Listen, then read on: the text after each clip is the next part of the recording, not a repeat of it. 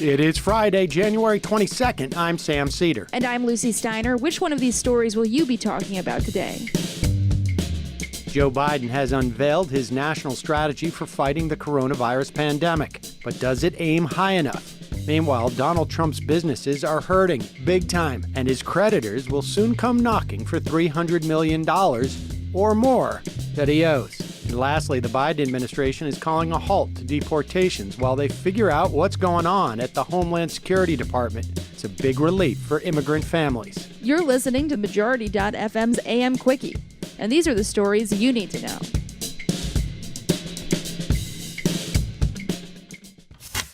The new message from the White House is that things may get worse before they get better, but help is on its way. President Joe Biden used his first full day in office yesterday to go on the offensive against the coronavirus, this according to the New York Times. He promised to make aggressive use of executive power to tame the worst public health crisis in a century. In a 200-page document called The National Strategy for the COVID-19 Response and Pandemic Preparedness, the new administration outlines the kind of centralized federal response that Democrats have long demanded and Donald Trump absolutely refused.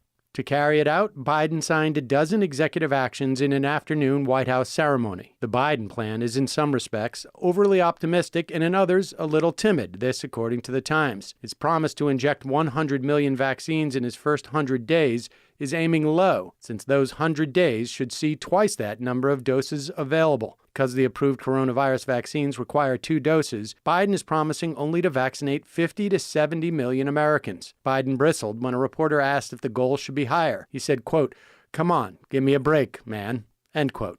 The Biden team has been quick to point fingers at the Trump administration's failures. This, according to the Times. Jeff Zients, the new White House COVID-19 response coordinator, said, quote, "What we're inheriting is so much worse than we could have imagined. The cooperation or lack of cooperation from the Trump administration has been an impediment. We don't have the visibility we would hope to have into supply and allocations," end quote. Fair enough, but the new administration can't expect a long honeymoon. Biden himself acknowledged that the death toll will probably top 500,000 people next month.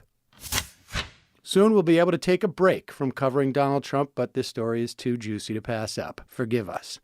According to the Associated Press, Donald Trump is returning to a family business ravaged by pandemic restrictions. Revenue is plunging more than 40% at his Doral golf property, his Washington hotel, and both his Scottish resorts. Trump's financial disclosures released as he left office this week was just the latest bad news for his empire. Came after banks, real estate brokerages, and a golf organization announced they were cutting ties with his company following the storming of the Capitol. The disclosure showed sizable debt facing the company of more than $300 million, much of it coming due in the next 4 years, according to the AP. The disclosure report shows only revenue figures, not profits, but the hit to Trump's businesses appeared widespread. The National Doral Golf Club outside of Miami took in $44.2 million in revenue, a drop of $33 million from 2019. The Trump International Hotel in Washington, once buzzing with lobbyists and diplomats, generated just $15.1 million in revenue, down more than 60%. Trump's Turnberry Club in Scotland took in less than $10 million, down more than 60%. Revenue at the family's golf club in Aberdeen also dropped by roughly the same proportion. The financial blow from the former business partners cutting ties to Trump could be sizable, the AP says. The PGA of America canceled a tournament at Trump's Bedminster Club in New Jersey.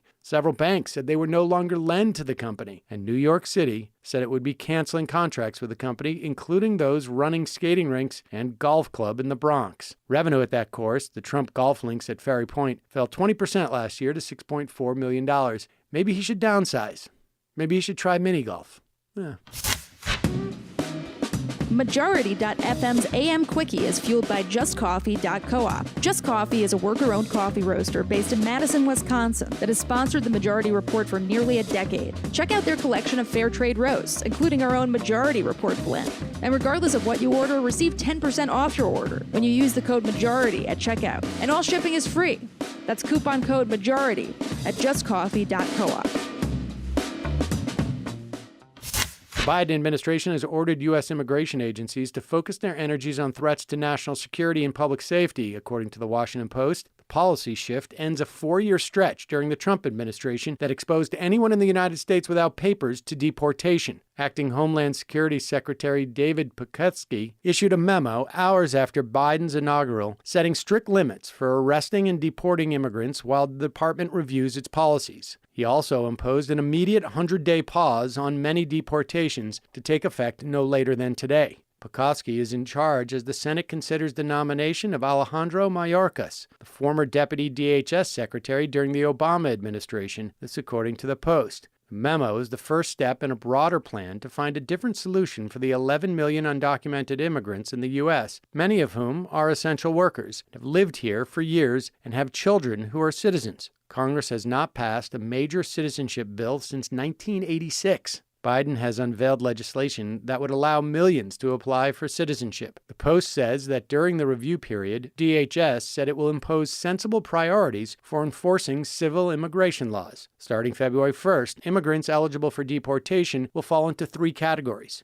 national security threats, such as spies or terrorists, border crossers who arrived on or after November 1st, and aggravated felons currently serving time for crimes such as murder or drug trafficking after they are released from prison. Immigrants who voluntarily waive their rights to remain in the U.S. after seeking legal counsel may be deported. Biden has said it was, quote, a big mistake, end quote, to deport as many people as the Obama administration did. Biden will announce additional immigration actions on January 29th. This country is desperate for sanity on immigration, and maybe, just maybe, we'll finally get it. And now for some quicker quickies. Quicker quickie.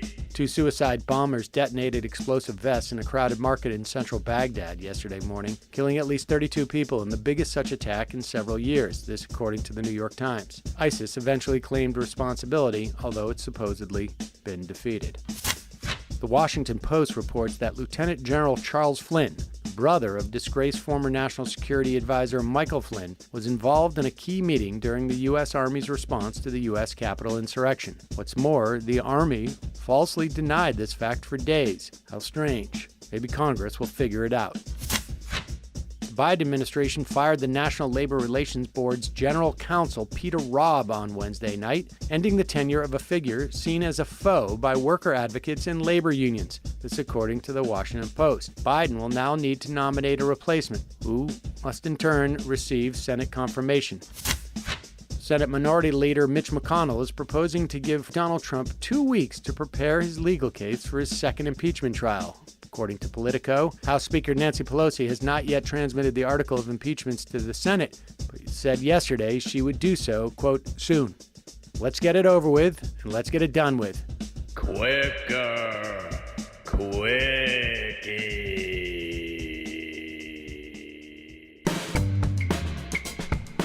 That's all for the AM Quickie. Join us live at noon for the Majority Report today, or later as a podcast.